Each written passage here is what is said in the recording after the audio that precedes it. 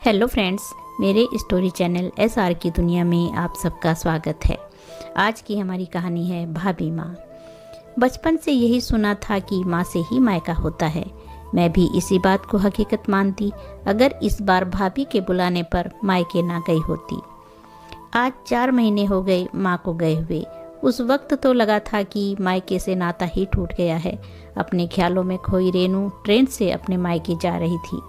पापा के बारे में ठीक से याद नहीं, बहुत छोटी थी जब वह गुजर गए थे। फिर तो माँ ही रेनू और उसके भैया की पूरी दुनिया थी। बहुत मुश्किलों के बावजूद भी माँ ने किसी चीज़ की कमी नहीं होने दी हम भाई बहन को। हमारी सारी ज़रूरतें माँ ने ही पूरी की। भाई ने भी अपने फ़र्ज पूरी तरह निभाए। पहले अपने से काफ़ी छोटी बहन की शादी की, फिर खुद शादी की। भाई की शादी होने के बाद भी रेनू भाभी से ज़्यादा माँ के ही नज़दीक थी। अपने दुख सुख माँ के अलावा किसी को नहीं बताती थी। मायके में उसकी दुनिया माँ तक ही सीमित थी। जब माँ ही नहीं रही तब से मायके जाने की कोई ज़रूरत भी नहीं पड़ी। लेकिन इस बार गर्मियों की छुट्टियों में प्रिया भाभी और बच्चों के आमंत्रण को नकार ना सकी। बुझे मन से मायके की ओर रवाना हुई। घर पहुंची तो भैया भाभी और बच्चों ने दिल खोल कर स्वागत किया, लेकिन फिर भी कहीं दिल का एक कोना खाली ही था।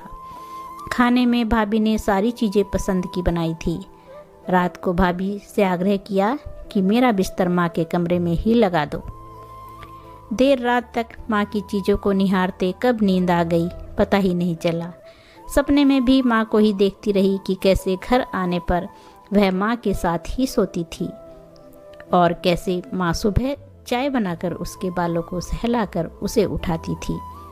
अचानक उसने महसूस किया कि माँ सच में बगल में बैठकर उसके बालों को सहलाकर उठा रही है। वही स्पर्श, वही खुशबू, वही आंचल की नरमी। बंद आँखों से ही उसकी अश्रुधारा बहने लगी। वह उस पल को जी भर कर जी लेना चाहती थी कि अचानक उसे याद आया कि माँ तो अब इस दुनिया में है ही नहीं। उसने झट से अपनी आंखें खोली तो देखा कि सिरहाने भाभी बैठकर उसके बालों को सहला रही है। वह चौंक कर उठ बैठी। भाभी आप? कोई काम था क्या? रेनू ने पूछा। प्रिया ने कहा कि नहीं दीदी, बस आपके लिए चाय लाई थी। आप नहाकर तैयार हो जाइए, मैं नाश्ता लगाती हूँ। जी भाभी, रेनू ने जवाब दिया। चाय पीते हुए रेनू ने ध्यान दिया कि जब से आई हूँ भाभी ने बिल्कुल माँ की तरह ही ध्यान रखा है मेरा। मेरी पसंद का खाना, मेरी पसंद का बाथरूम में शैम्पू और साबुन, यहाँ तक कि सुबह उठाने का तरीका भी वही का वही। माँ जैसा कोमल स्पर्श, वही माँ जैसी खुशबू, वही माँ जैसा एहसास। शायद भाभी के प्यार को पहले समझ ही नहीं पाई। इसका मतलब मेरा मायका आज भी वैसा ही है जैसा माँ के होने पर था। अपनी ही सोच पर रेनू रोमांचित हो उठी। अपने मन में कुछ निर्णय करके रेनू नहा कर तैयार हुई और किचन की ओर चल दी। किचन में घुसते ही रेनू बोली, अब आप बैठिए भाभी माँ, नाश्ता मैं लगाती हूँ।